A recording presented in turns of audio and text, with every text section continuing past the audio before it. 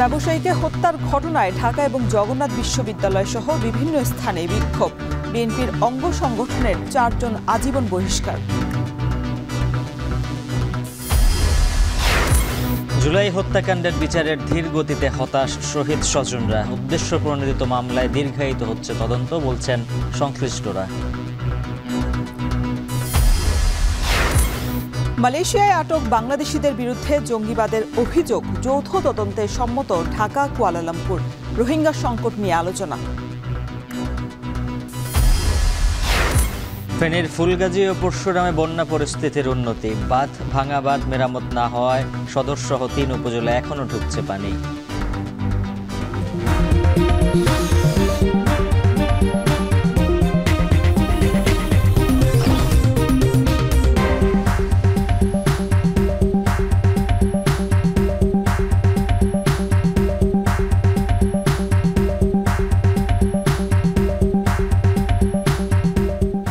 স্বাগত। এখন সকালে পুরো আয়োজনের সঙ্গে আছি আমরা দুজন, আমি শরীফ রওশন এবং আমি উজ্জ্বল হাফিজ। মিটফোর্ড হাসপাতালের সামনে ব্যবসায়ীকে নৃশংস হত্যার ঘটনায় ফুঁসে উঠেছে সাধারণ মানুষ। জড়িতদের দৃষ্টান্তমূলক শাস্তির দাবি জানিয়ে ঢাকা বিশ্ববিদ্যালয়, জগন্নাথ বিশ্ববিদ্যালয়, বুয়েট সহ দেশের বিভিন্ন স্থানে বিক্ষোভ মিছিল হয়েছে। অভ্যুত্থানের 1 বছরেও আইন শৃঙ্খলা পরিস্থিতির তেমন উন্নতি না হওয়ায় অন্তর্বর্তী সরকারের কঠোর সমালোচনা করেন তারা। এদিকে এই ঘটনায় 4 জনকে আজীবন বহিষ্কার করেছে বিএনপির বিভিন্ন অঙ্গ সংগঠন। এছাড়া গতকাল আটক 2 জনকে বিভিন্ন মেয়াদে রিমান্ডে নিয়েছে পুলিশ। আরও জানাচ্ছেন সানি মৃধা।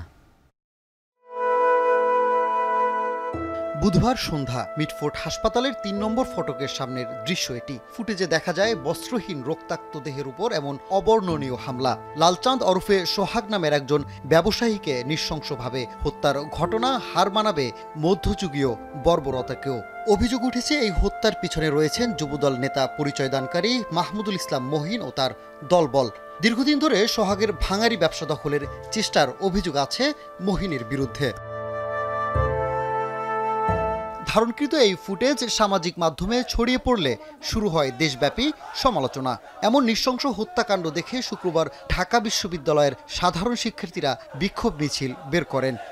স্লোগানে হত্যাকাণ্ডের সর্বোচ্চ বিচারের দাবি করেন তারা। মিছিলটি হলপাড়া প্রদক্ষিণ করে ভিসি চত্বর গিয়ে শেষ হয়। এ সময় দেশের বিভিন্ন স্থানে হত্যা, চাঁদাবাজি, ধর্ষণ সহ সব অপরাধের বিচার দাবি করেন তারা। অভ্যুত্থানের 1 বছরেও আইন শৃঙ্খলা পরিস্থিতির তেমন উন্নতি না হওয়ায় অন্তর্বর্তী সরকারের সমালোচনা করেন বিক্ষোভকারীরা। চাঁদা না দেওয়ার কারণে বাইকে পাথর নিক্ষেপ করে সেই আমি জাহিলিয়াতের মতো হত্যা করা হয়। এই অত্যাচার, এই নির্যাতন আর কেউ সইবে না। মিটফোর্ডে যে ঘটনা ঘটেছে সেই ঘটনার দ্রুত বিচার নিশ্চিত করুন। নতুন বাংলাদেশে আমরা আর কোনোভাবেই কোনো চাঁদাবাজ, দর্শক, হত্যাকারীদের হাতে আমাদের বাংলাদেশ ছেড়ে যেতে আমরা পারি না। যারা মনে করছেন পার পেয়ে যাচ্ছি তাদেরকে ভবিষ্যতের জন্য হুঁশিয়ারি দিচ্ছি, আপনার পার ঠিকই পাবেন, কিন্তু বাংলাদেশ থেকে দিল্লিতে পার পাবেন। শুধু ঢাকা বিশ্ববিদ্যালয় নয়, রাতে বিক্ষোভ মিছিল করেন জগন্নাথ বিশ্ববিদ্যালয়ের শিক্ষার্থীরাও।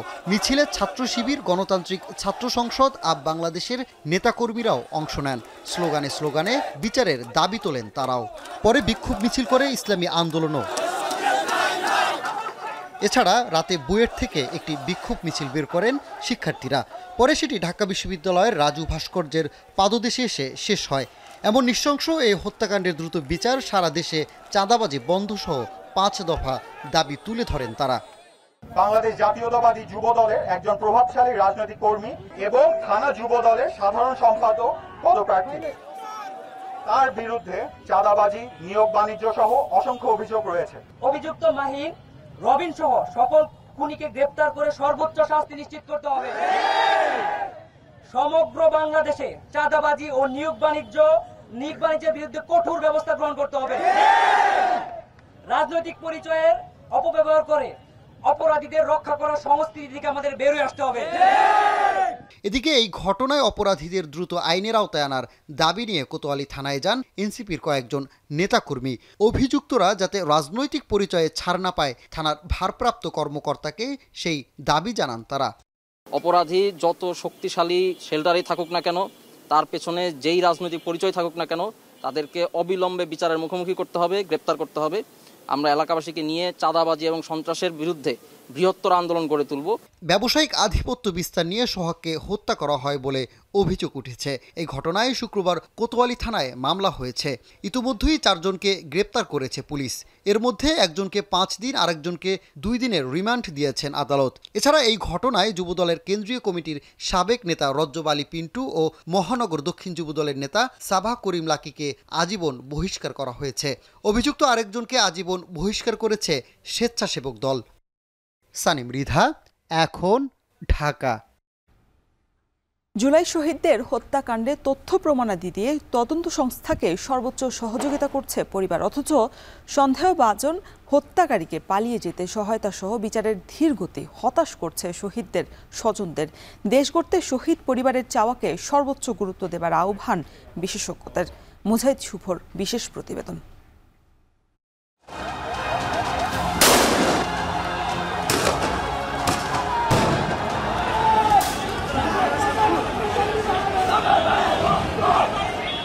মৃত্যুর খানিক আগেই আহতদের ধরে ধরে সেবা দেবার জন্য পেরেশান ছিল শহীদ মীর মুগ্ধ। এরপরই তৃষ্ণার্তদের পানি বিতরণ করতে করতে রক্তে ভেসে গিয়েছিল তার নিথর দেহ। তারপর থেকে মুগ্ধের নাম মানুষের মুখে মুখে, কখনো রাস্তার দেয়ালে, কখনো গণমাধ্যমের শত শত শিরোনামে। মুগ্ধের শাহাদাতে পরিবার গর্বিত হলেও তাদের ব্যথা অন্যখানে। দীর্ঘ 1 বছর ধরে মুগ্ধের হত্যাকারীকে শনাক্তে মোবাইল ও সিসিটিভির অসংখ্য ফুটেজ সংগ্রহ করেছে পরিবার। তদন্ত সংস্থার সুবিধার্থে পৌঁছে দিয়েছে আন্তর্জাতিক অপরাধ ট্রাইব্যুনালের কাছেও। সন্দেহভাজন হত্যাকারীর নাম পরিচয় জানানোর পরও তাকে পালিয়ে যাবার সুযোগ করে দেয়া হয়েছে বলে অভিযোগ মুগ্ধের বড় ভাইয়ের। বের করে দেওয়া হয়েছে যে এখানে অফিসার ইনচার্জ কে ছিল, তাকে আইডেন্টিফাই করে সে কোথায় পোস্টেড সেখানে গিয়ে চেক করে বের করার পরেও তাকে নিয়ে আসার নাম করে তাকে পালিয়ে যেতে দেওয়া হয়। এইভাবে যদি ঘটনা ঘটতে থাকে আসলে এই বিচার কতটুকু সাকসেসফুল হবে সে ব্যাপারে আসলে সন্দেহ জাগে মনে। যে হাজারো প্রাণের বিনিময়ে দেশের লক্ষ কোটি টাকা পাচার হবার পথ বন্ধ হলো, সেই শহীদ ও আহতদের জন্য প্রথম বরাদ্দ শুরু হয়েছে মাত্র 100 কোটি টাকা দিয়ে, যা 5000 কোটি টাকা দিয়ে শুরু হলেও কম হতো বলে মনে করেন মুগ্ধের যমজ ভাই মীর স্নিগ্ধ। অবশ্যই 100 কোটি টাকা কোনো কিছুই নয়, আমি বলবো 1000 না, যদি আরও বাড়ানো সম্ভব 5000 10,000 কোটি টাকা দিয়েও শুরু করা যেত তাহলে এটা সব থেকে বেশি ভালো হতো। এখনও সম্ভব, যারা আমাদের শহীদ পরিবাররা আছে, আহত পরিবাররা আছে, তাদের যেই চাহিদাগুলো আছে সেই চাহিদাগুলো পূরণ করা।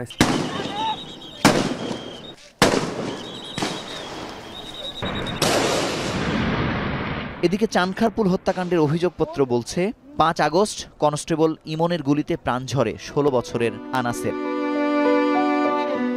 সেই ঘটনার পর মানুষের দ্বারে দ্বারে দিনের পর দিন ভিডিও ফুটেজ ভিক্ষা চেয়েছেন বলে জানিয়েছেন আনাসের মা।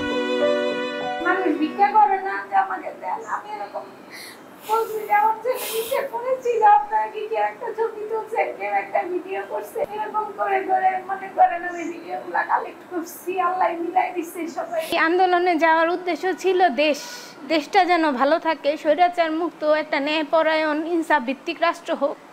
তো আমি সর্বোপরি ওই দেশটাকেই চাই। যে কজন শহীদের হত্যার বিচার ইতোমধ্যে শুরু হয়েছে তাদের মধ্যে আনাসের নাম থাকলেও মায়ের যন্ত্রণা অন্যখানে। চিঠিতে নতুন করে বাংলাদেশ বিনির্মাণের যে স্বপ্নের কথা লিখে গিয়েছিল আনাস, সেখান থেকে যোজন যোজন দূরে দেশের রাজনীতিবিদরা। তবে কি বৃথা গেল আনাসের আত্মত্যাগ? প্রবীণ রাজনীতিবিদ যারা আছেন তারা এই যে তাদের চাওয়াটাকে, শহীদদের চাওয়াটা তারা কিন্তু প্রতিফলন তাদের কর্মকাণ্ডে, কথাবার্তায়, তাদের আচার আচরণে আমরা কিছুই দেখতে পাইতেছি না। শুধু ক্ষমতা, শুধু ক্ষমতা, শুধু ক্ষমতা। শহীদ ও আহতদের নিয়ে অন্তর্বর্তী সরকারের অস্পষ্ট পরিকল্পনায় অস্বস্তির শেষ নেই। শহীদ পরিবারের চাওয়ার আলোকেই নতুন বাংলাদেশ নির্মাণে হাত দেওয়া উচিত বলে মনে করেন রাজনৈতিক বিশ্লেষক ডক্টর মির্জা গালিব। যারা শহীদ হলো, যারা আহত হয়েছে, তারা তো এই গণ অভ্যুত্থানের সবচেয়ে বড় স্টেক হোল্ডার। সরকার একটা খুব ভালো উদ্যোগ গ্রহণ করতে পারে। তারা তো ঐক্যমত্য কমিশন করতেছে, তারা প্রত্যেক রাজনৈতিক দলকে ইনভাইট করে শহীদদের কথা শোনাইতে পারে, তাদের ফ্যামিলির কথা শোনাইতে পারে, যে লেট মিট দেম, তাদেরকে আমরা শুনি তাদের কাছ থেকে যে তারা কেন জুলাই গণ অভ্যুত্থানে গেছিল, তাদের গল্প কী, তাদের চাওয়া কী ছিল, তাদের এক্সপেকটেশন কী ছিল। শহীদ আনাসের নামে নামকরণ করা এই সড়কে প্রতিদিন হাঁটছেন শহীদ আনাসের ছোট ভাই এবং তার নানা। এই সড়কের পাশের দেয়ালে লেখা হয়েছে তার সেই বিখ্যাত চিঠিটি, পাঠ্যপুস্তকে নামও উঠেছে। কিন্তু তাদের আফসোসের জায়গা হচ্ছে কেন এক বছরেও মাত্র 17 জন শহীদের হত্যার বিচার কার্য কেবল শুরু হয়েছে। যতক্ষণ পর্যন্ত সকল শহীদের হত্যার বিচার কাজ শুরু না হবে ততক্ষণ পর্যন্ত বাংলাদেশ সঠিক পথে হাঁটতে পারবে না, এমনটাই বিশ্বাস করে শহীদ আনাসের পরিবার। মুজাহিদ শুভ, এখন ঢাকা। জুলাই অভ্যুত্থানে হামলা, গোলাগুলি ও খুনের ঘটনায় গত 1 বছরে চট্টগ্রাম নগরীর 8 থানায় 60টি মামলা হয়েছে। তবে ভুক্তভোগী পরিবারের ও আইনজীবীদের অভিযোগ, কোনো মামলার তদন্ত নেই কাঙ্ক্ষিত অগ্রগতি। জুলাই সংশ্লিষ্টরা বলছেন, জুলাই আন্দোলনকে ব্যবহার করে নগরীতে অনেক উদ্দেশ্যপ্রণোদিত মামলার কারণে দীর্ঘায়িত হচ্ছে তদন্ত। শোয়েব রহমানের প্রতিবেদনে থাকছে বিস্তারিত।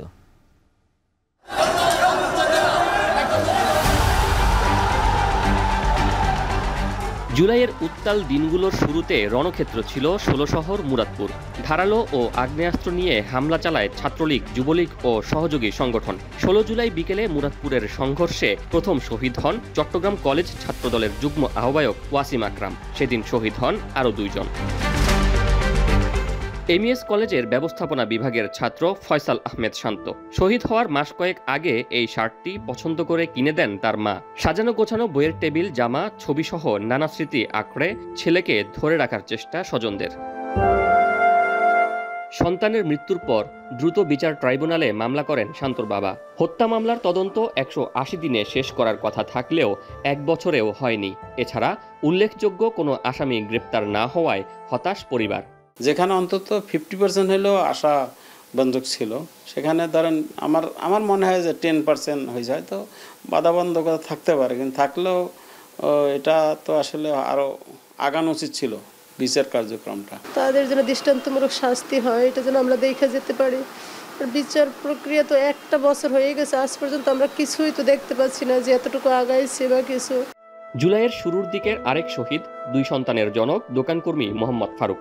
গুলিবিদ্ধ হয়ে মৃত্যুর পর 28 আগস্ট পাঁচলাইশ থানায় 269 জনের নাম উল্লেখ ও 40 থেকে 50 জনকে অজ্ঞাত করে মামলা করেন নিহতের বাবা। এখন দিন যত বাড়ছে ততই কমছে ন্যায় বিচার ও পুনর্বাসনের স্বপ্ন।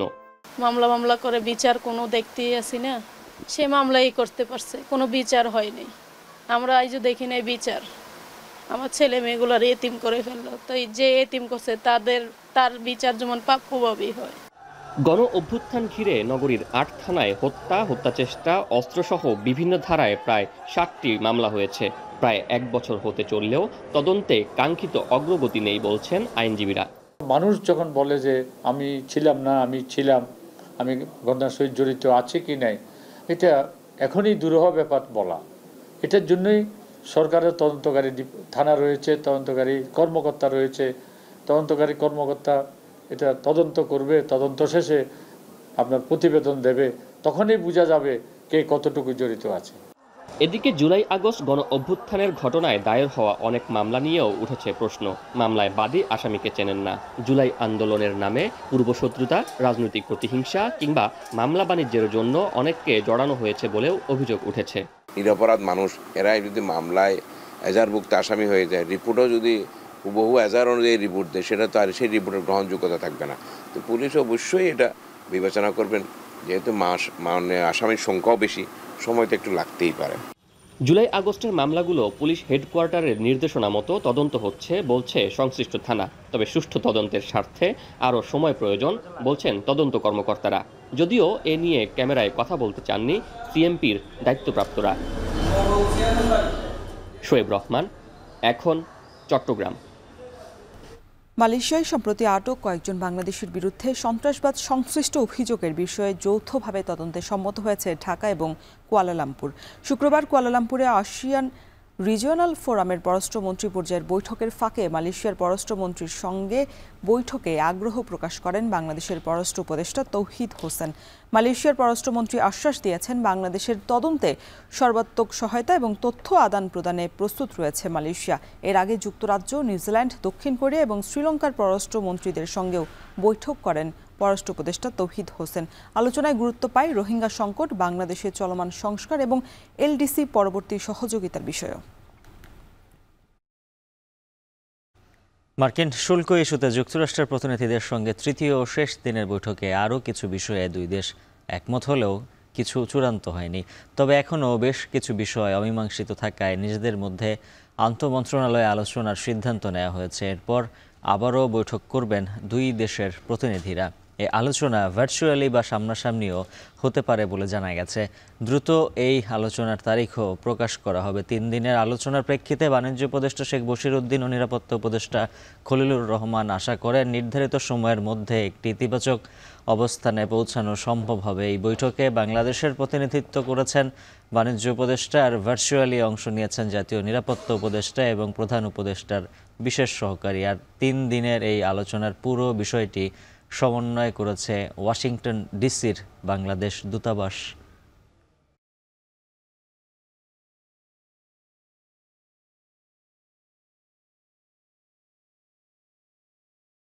আরএফএল ওয়াটার পাম্পের অটো থার্মাল টেকনোলজি, যা বেশি হিটে নষ্ট হয় না, শতভাগ মসৃণ, ব্রাশ ইম্পেলার নিশ্চিত করে অধিক পানির flow. RFL water pump on করলে পানির তুফান। নতুন করে বর্ষণ এবং উজানের ঢলের চাপ না থাকায় ফেনীর ফুলগাজী এবং পরশুরামের বন্যা পরিস্থিতির উন্নতির দিকে। এরই মধ্যে নামতে শুরু করেছে বানের পানি, ঘরে ফিরতে শুরু করেছেন বানভাসী মানুষও। পানি নামার সঙ্গে সঙ্গে বন্যা কবলিত এলাকায় ফুটে উঠছে ক্ষয়ক্ষতির চিত্র। তবে বাঁধের ভাঙা অংশ দিয়ে পানি ঢুকে সদরসহ 3 উপজেলার বেশ কিছু এলাকায় দেখা দিয়েছে প্লাবন। সোলাইমান ডালিমের প্রতিবেদন। বানের পানির তোরে টিকতে না পেরে ফেনীর ফুলগাজীর শ্রীপুর গ্রামের 2 গৃহিণী গড়দৌড় ফেলে আশ্রয় নেন নিরাপদে। 3 দিন পর আশ্রয়কেন্দ্র থেকে ফিরেছেন বাড়িতে, কিন্তু বাড়ি এসে দেখতে পান তিলে তিলে সাজানো সংসার তছনছ হয়েছে। কোন রকম ঘরটা টিকে থাকলেও টেকানো যায়নি গড় গৃহস্থালির অন্য সামগ্রী।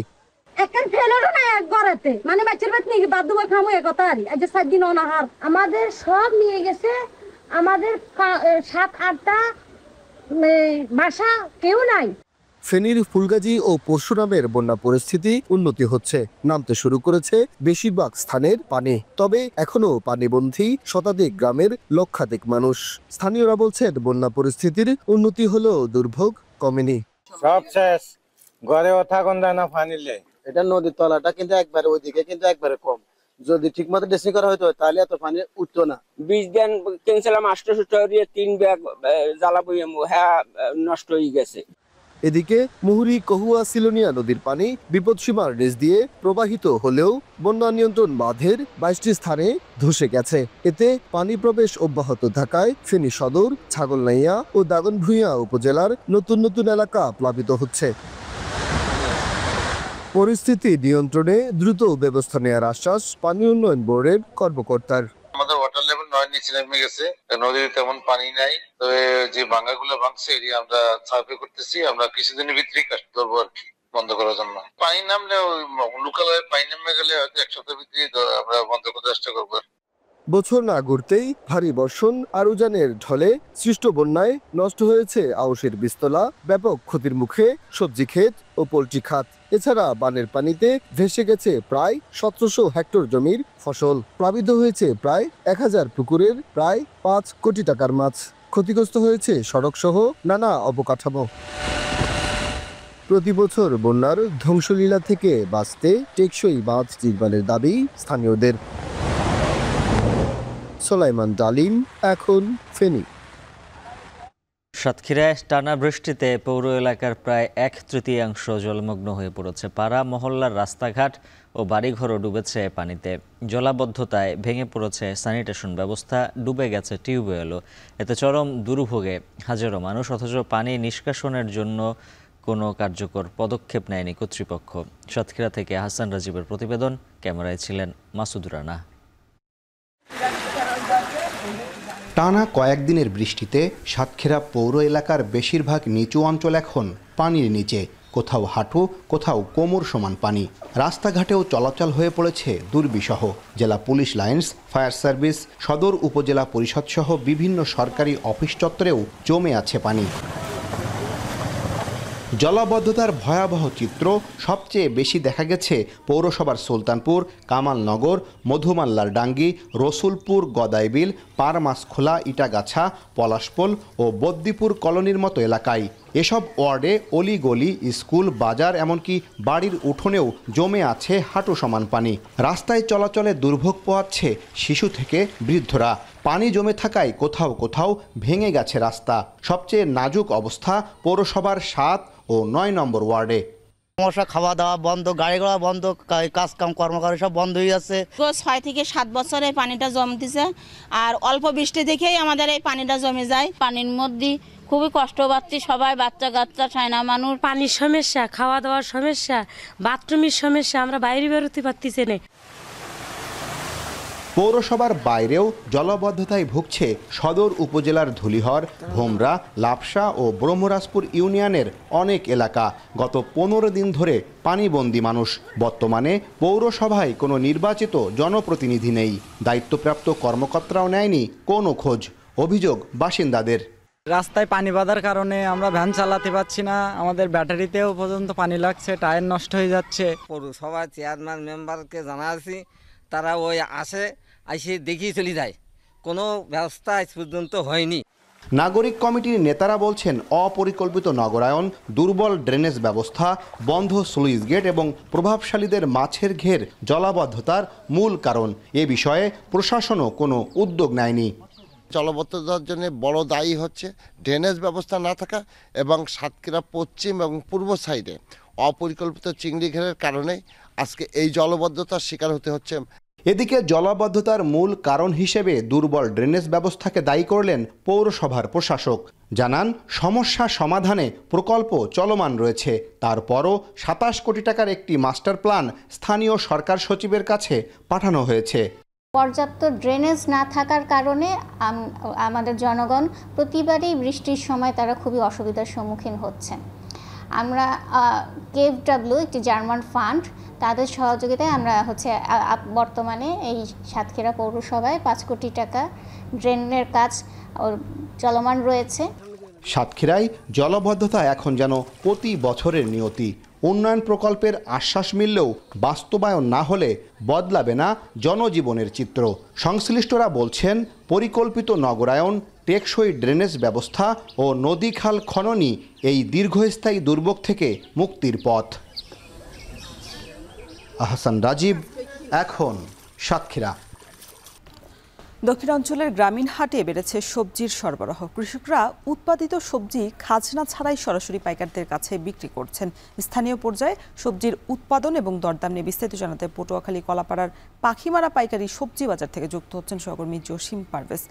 জসিম, এই যে মধ্যস্বত্ব ভোগী ছাড়াই কৃষকরা সরাসরি পাইকারদের কাছে সবজি বিক্রি করতে পারছেন, সেক্ষেত্রে লাভের অংশটা কেমন পাচ্ছেন কৃষকরা, আর বাজারে সবজির দাম কেমন দেখছেন?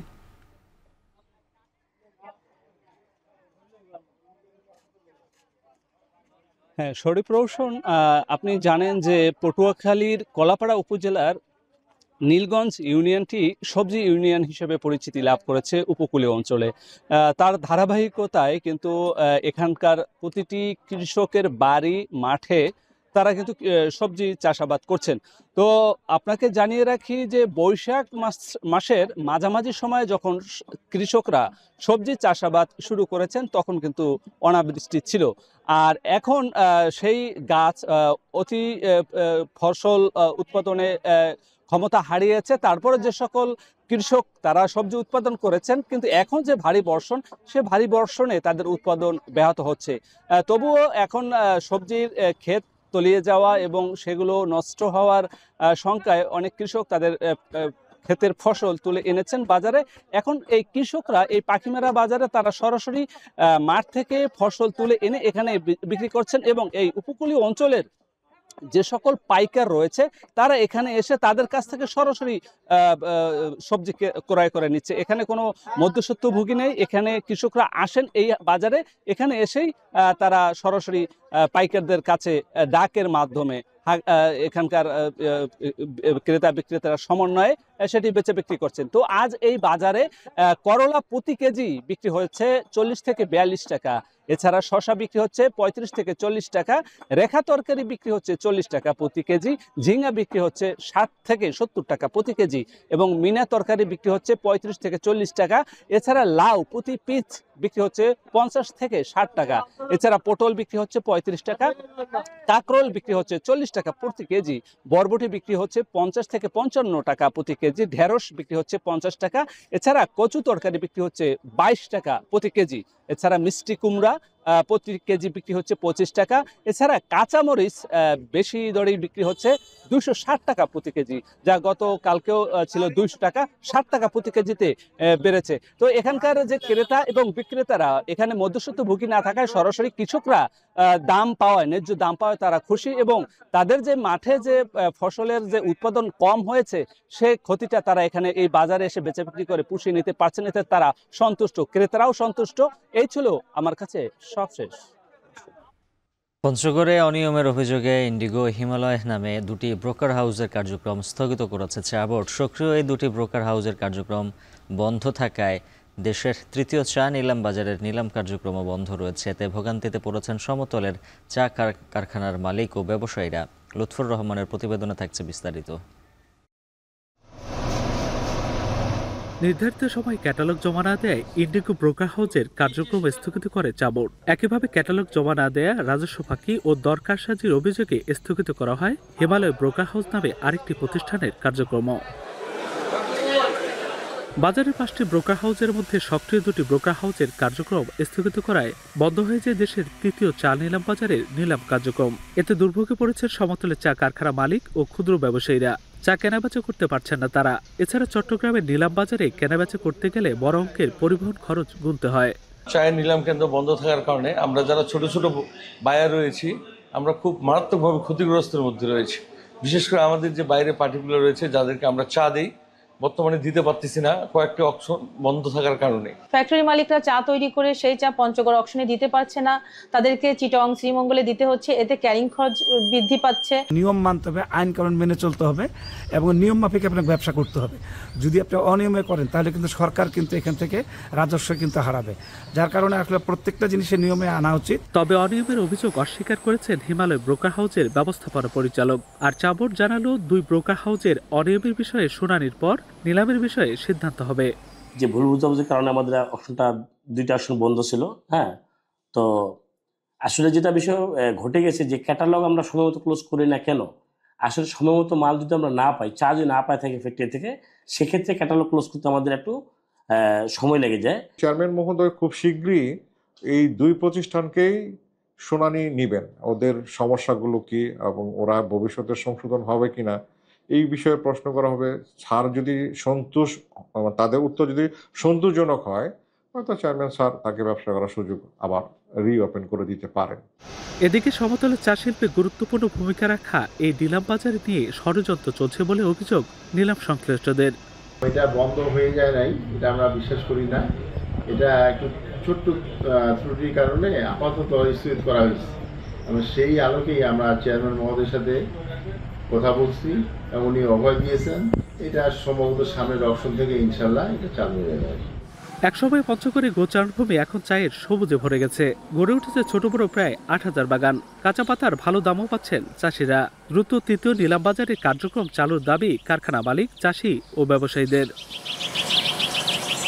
লুৎফর রহমান, এখন পঞ্চগড়। এবার জানাবো দেশের বাইরের খবর। যুক্তরাষ্ট্রের রাজনৈতিক সহিংসতা এবং হুমকির সংখ্যা দিন দিন বাড়ছে বলে মনে করছেন নিরাপত্তা এবং রাজনৈতিক বিশ্লেষকরা। গেল মাসে যার বলি হতে হয়েছে মিনেসোটা অঙ্গরাজ্যের আইন প্রণেতা মেলিসা হার্টম্যান এবং তার স্বামীকে।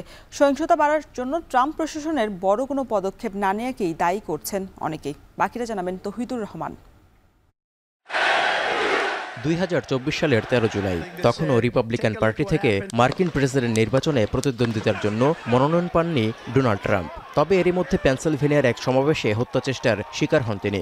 কানে গুলিবিদ্ধ ট্রাম্প সেদিন প্রাণে রক্ষা পেলেও নিহত হন এক সমর্থক। পরে আইন প্রয়োগকারী সংস্থার পাল্টা গুলিতে প্রাণ যায় 20 বছর বয়সী বন্দুকধারীর। বিশ্বকে নাড়িয়ে তোলা ওই ঘটনার পর চরম গাফিলতির অভিযোগ ওঠে সিক্রেট সার্ভিসের বিরুদ্ধে। বাধ্য হয়ে সংস্থাটির তৎকালীন পরিচালক পদত্যাগও করেছিলেন। চাঞ্চল্যকর ওই ঘটনার 1 বছর পূর্ণ হওয়ার ঠিক আগে আরও 6 কর্মকর্তাকে দোষী সাব্যস্ত করে সাময়িক বরখাস্ত করেছে সিক্রেট সার্ভিস। কিন্তু ডোনাল্ড ট্রাম্প মার্কিন প্রেসিডেন্ট হিসেবে ক্ষমতায় থাকার পরও এই ঘটনায় বড় কোনো পদক্ষেপ না নেওয়ায় রীতিমতো বিভ্রান্তিতে পড়েছেন খোদ মার্কিন বিশ্লেষকরাই। I was hopeful that what would happen would be that the assassination attempt in Butler would sort of incentivize politicians to calm things down. I thought that was a little bit surprising. It was something that was talked about for maybe a week and a half, 2 weeks, and then it kind of was drowned out by other news. And so I found that very strange. এর জেরে যুক্তরাষ্ট্রে রাজনৈতিক সহিংসতা এবং হুমকি দিন দিন বাড়ছে বলেও মনে করছেন অনেকে, যার প্রমাণ হিসেবে তুলে ধরা হয়েছে চলতি বছরের 14 জুন মিনেসোটা অঙ্গরাজ্যের আইন প্রণেতা মেলিসা হার্টম্যান এবং তার স্বামীকে হত্যার বিষয়টি। এছাড়াও গাজা ইসরায়েলি আগ্রাসনের জেরে যুক্তরাষ্ট্রে বিক্ষোভ উত্তেজনা থেকে সহিংসতা বাড়ার আশঙ্কা করা হচ্ছে। We started to see hate crimes and threats against politicians and threats against minority groups, Jews, Muslims, LGBTQ, etc., all started to rise from about 2021 to 2023, but now they're up again. And now we're also seeing a rise in threats against judges. গেল মে মাসে প্রকাশিত মার্কিন Capitol হিলের নিরাপত্তার দায়িত্বে থাকা police বিভাগের তথ্য বলছে 1 দশক আগের তুলনায় কংগ্রেস সদস্যদের বিরুদ্ধে হুমকির সংখ্যা দ্বিগুণেরও বেশি। গেল বছর কংগ্রেস সদস্যদের বিরুদ্ধে 9400 হুমকি লিপিবদ্ধ করা হয়েছে বলে জানিয়েছে ক্যাপিটল পুলিশ। তৌহিদুর রহমান, এখন বিশ্ব। যুক্তরাষ্ট্রের শুল্ক নীতির কারণে নেতিবাচক প্রভাব পড়তে যাচ্ছে মার্কিন বাজারেও। ব্রাজিলের ওপর 50% শুল্কের উপর ফলে দেশটির বাজারে কফি ও জুসের দর কয়েক গুণ বাড়ার শঙ্কা দেখা দিয়েছে। এদিকে ওয়াশিংটনের সঙ্গে বাণিজ্য চুক্তিতে পৌঁছাতে না পারলে যুক্তরাষ্ট্রের উপর পাল্টা 50% শুল্ক আরোপের হুঁশিয়ারি দিয়েছে ব্রাজিল। জাহানারা ভুইয়ার প্রতিবেদন। যুক্তরাষ্ট্রের প্রেসিডেন্টের ক্ষমতায় বসার পর বিশ্বের বিভিন্ন দেশের উপর সম্পূরক শুল্ক আরোপ করেন মার্কিন প্রেসিডেন্ট ডোনাল্ড ট্রাম্প। এ তালিকায় যুক্তরাষ্ট্রের অন্যতম প্রতিদ্বন্দ্বী ছিল চীন। দেশটির উপর সর্বোচ্চ 245% পর্যন্ত সম্পূরক শুল্ক আরোপ করে দেশটি। তবে চীনের সঙ্গে বাণিজ্য চুক্তির মাধ্যমে এই শুল্কের পরিমাণ 30% পর্যন্ত কমিয়ে আনে বেইজিং। চীনের পর এবার ব্রাজিলের ওপর চড়াও হয়েছে ওয়াশিংটন। দেশটির ওপর 50% শুল্কের ঘোষণা দিয়েছেন ট্রাম্প, যা আগামী 1 আগস্ট থেকে কার্যকরের কথা রয়েছে। মূলত ব্রাজিলের সাবেক প্রেসিডেন্ট জাইর বোলসোনারোর বিরুদ্ধে অভ্যুত্থানের বাধা দেওয়ার অভিযোগে বিচারের মুখোমুখি করায় দেশটির বিরুদ্ধে পদক্ষেপ নেন ট্রাম্প।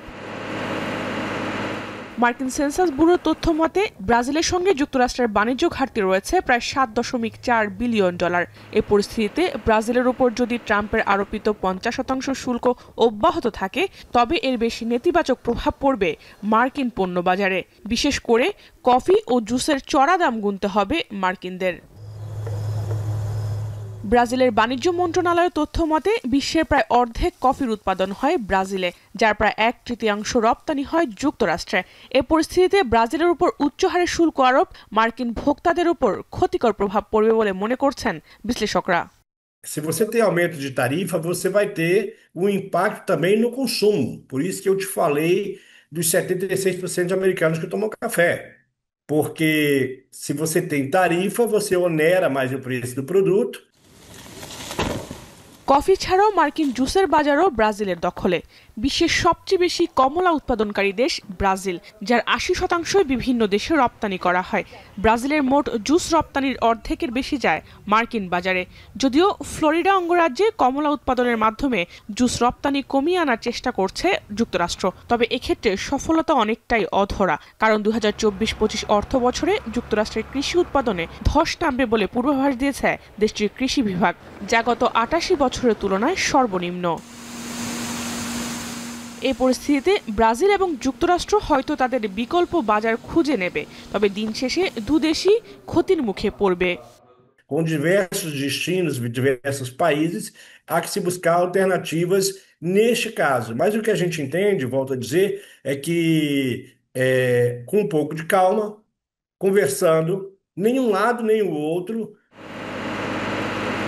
এদিকে ওয়াশিংটনের সঙ্গে বাণিজ্য চুক্তিতে পৌঁছাতে না পারলেও যুক্তরাষ্ট্রের উপর পাল্টা 50% শুল্ক আরোপের হুঁশিয়ারি দিয়েছেন ব্রাজিলের president Luiz Inacio Lula de Silva. এছাড়াও ব্রাজিলের সঙ্গে যুক্তরাষ্ট্রের বিলিয়ন ডলারের বাণিজ্য ঘাটতি রয়েছে বলে যে তথ্য প্রচার করছেন ট্রাম্প তা মিথ্যা বলেও অভিযোগ তার। Com todo o respeito ao presidente Trump, o senhor está mal informado, muito mal informado. Os Estados Unidos não têm déficit comercial com o Brasil. যুক্তরাষ্ট্রের সঙ্গে বাণিজ্য যুদ্ধ চালিয়ে যেতে ইতিমধ্যেই ব্রাজিলের অভ্যন্তরীণ ব্যবসায়ীদের সঙ্গে আলোচনা করেছেন দেশটির প্রেসিডেন্ট। জেহানারা ভুঁইয়া, এখন বিশ্ব। শেষ করবো এখন সকাল। তার আগে শিরোনামগুলো আরও একবার।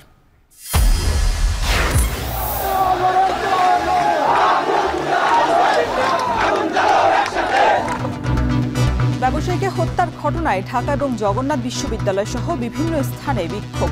বিএনপির অঙ্গ সংগঠনের 4 জন আজীবন বহিষ্কার।